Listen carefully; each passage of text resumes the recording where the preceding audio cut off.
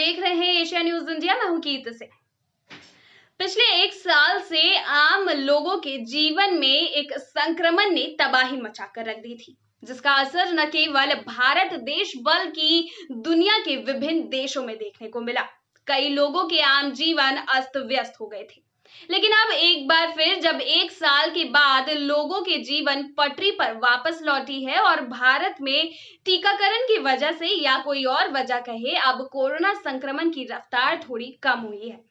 ऐसे ही में अब देश के एक स्थान केरल नामक स्थान में एक और वायरस ने दस्तक दे दी है, जिसका प्रकोप पहले के वायरस यानी कि कोरोना संक्रमण की तरह ही काफी खतरनाक साबित हो रहा है।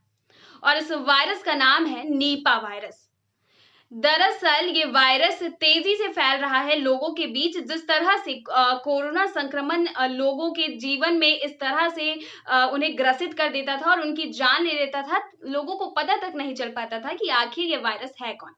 इसी तरह से एक और वायरस नीपा वायरस आया है, जिसकी तुलना कोरोना वायरस से की जा रही है। आपकी जानकारी के लिए बता दूं कि केरल में 2018 में इसी तरह से नीपा वायरस के पहले केस मिले थे, जिसके बाद ये वायरस तेजी से केरल में फैला और काफी लोग इससे संक्रमित हो गए और कई लोगों की जानें भी चली गई थी।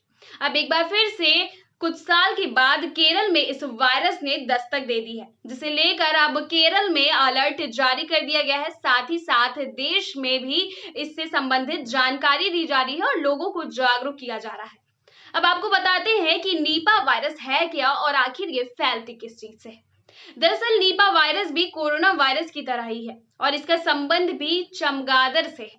दरअसल नीपा वायरस से संक्रमण होने की जो आशंका जताई जा रही है, इसमें कहा जाता है कि अगर चमगादड़ ने किसी फल को खा लिया या किसी चीज को जुट्ठा कर दिया और उसके बाद उसी चीज को किसी व्यक्ति ने खा लिया या किसी जानवर ने खा लिया, तो उसमें नीपा वायरस के संक्रमण होने का खतरा बढ़ जाता है। और क्योंकि भारत में सबसे अधिक चमगादड़ केरल में पाए जाते हैं, इसलिए ये वायरस ज्यादातर केरल के लोगों को प्रभावित करती है। 2018 में ऐसे केसेस देखे गए थे, जिसके बाद 2019 और 20 में एक भी केस नहीं आया था। अब 2 साल बाद 2021 में नए केसेस आ रहे हैं और काफी लोग इससे प्रभावित हो चुके हैं। अभी तक 3 लोगों की जानें भी जा चुकी है और लगातार संक्रमितों की संख्या में इजाफा देखने को मिल रहा है। इसे लेकर एम्स के डॉक्टर पीयूष रंजन बताते हैं कि इससे संबंधित जितने भी लोग, अगर किसी एक व्यक्ति को ये संक्रमण हुआ है और उनके संबंध में जितने भी लोग आते हैं, उनमें भी ये संक्रमण फैलने का खतरा उतना ही होता है, यानी कि ये कोरोना संक्रमण की तरह ही है। लेकिन इसे बताया जा रहा है कि जिस तरह से कोरोना संक्रमण मनुष्य से जानवरों में नहीं फैलता था, लेकिन इस बार इस संक्रमण के बारे में बताया जा रहा है कि ये व्यक्ति से जानवर और जानवर से व्यक्ति तक में भी फैल सकता है।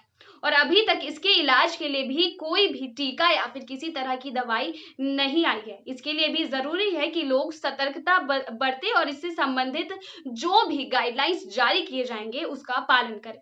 खैर, अभी तक ये संक्रमण केवल केरल में देखने को मिल रहा है और केरल में इसे लेकर हाई अलर्ट जारी कर दिया गया है और देश में अलग अलग लोगों के पास इससे संबंधित सूचना दी जा रही है, ताकि लोग इसे लेकर सावधानी बरतें। अब आगे देखना होगा कि इस संक्रमण पर यही रोक लगा दी जाती है या फिर इसमें भी इजाफा देखने को मिलता है।